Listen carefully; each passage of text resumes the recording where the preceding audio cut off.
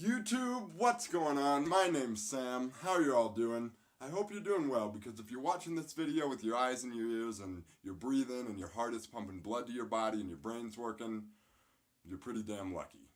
So, lately a lot of things have happened in my life that have given me a lot of perspective. So for this week's video I wanted to talk about death. Not so much death itself, because death itself is kind of a pointless thing to talk about, because we're all gonna die sometime. That's the circle of life. And there's no way to really know what happens to a person after they die. This is a pretty scary thought. The idea that we're all going to inevitably die and have to make that journey beyond the curtain. I think that in their lives, everybody has to find some way to cope with that reality. For most people, religion does the trick. You gotta believe something, and if that something you believe dictates that you should try and be a better person and live a better life and love thy neighbor, that's not bad. You shouldn't need the promise of cosmic reward to live a good life, but I do believe that religion can bring a lot of benefits into people's lives. Some people, on the other hand, prefer the absence of religion, often referred to as atheism.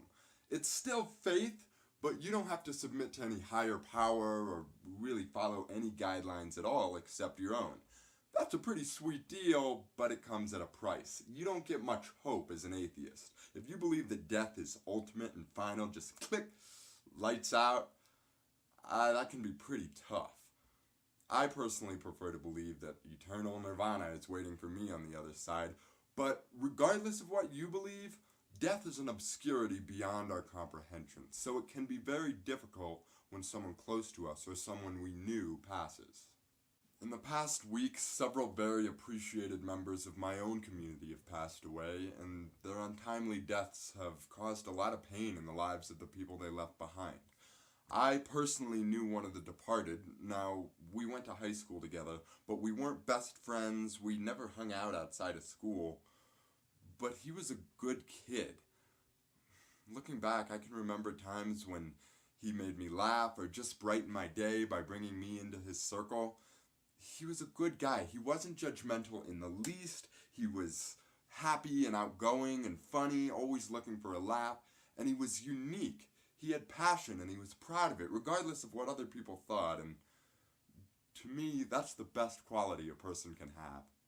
Like I said, I wasn't best friends with this kid. We said hi occasionally and talked, but that was about the start and the end of it. Just a few days before he died, though, this kid bought my book, and we were talking about it over Facebook, and it wasn't really much of anything, just a few messages back and forth, and then that was it. I got on Facebook the next day and saw that he was no longer with us, and that really put things in perspective. I never thought twice about that kid until I learned that he died, and then immediately I regretted not dedicating more energy to that last conversation between us. I should have asked him how he was and caught up some, rather than just typing out a few responses and going back to my business.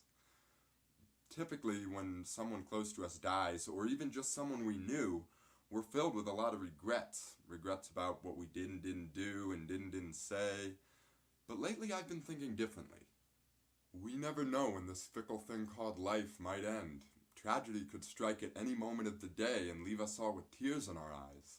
But living life terrified of losing somebody is no way to live. Life is unpredictable, with many twists and turns along the way, right up until the end.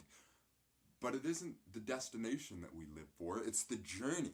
To live each day as if it's our last, and relish every happiness and fight through every sadness. To breathe, to eat, to love, to laugh.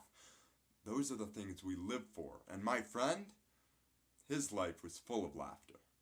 Well, once again, we've come to the end of our short little ride here. My name is Sam. I'm glad you took the time to watch this video. I really appreciate it.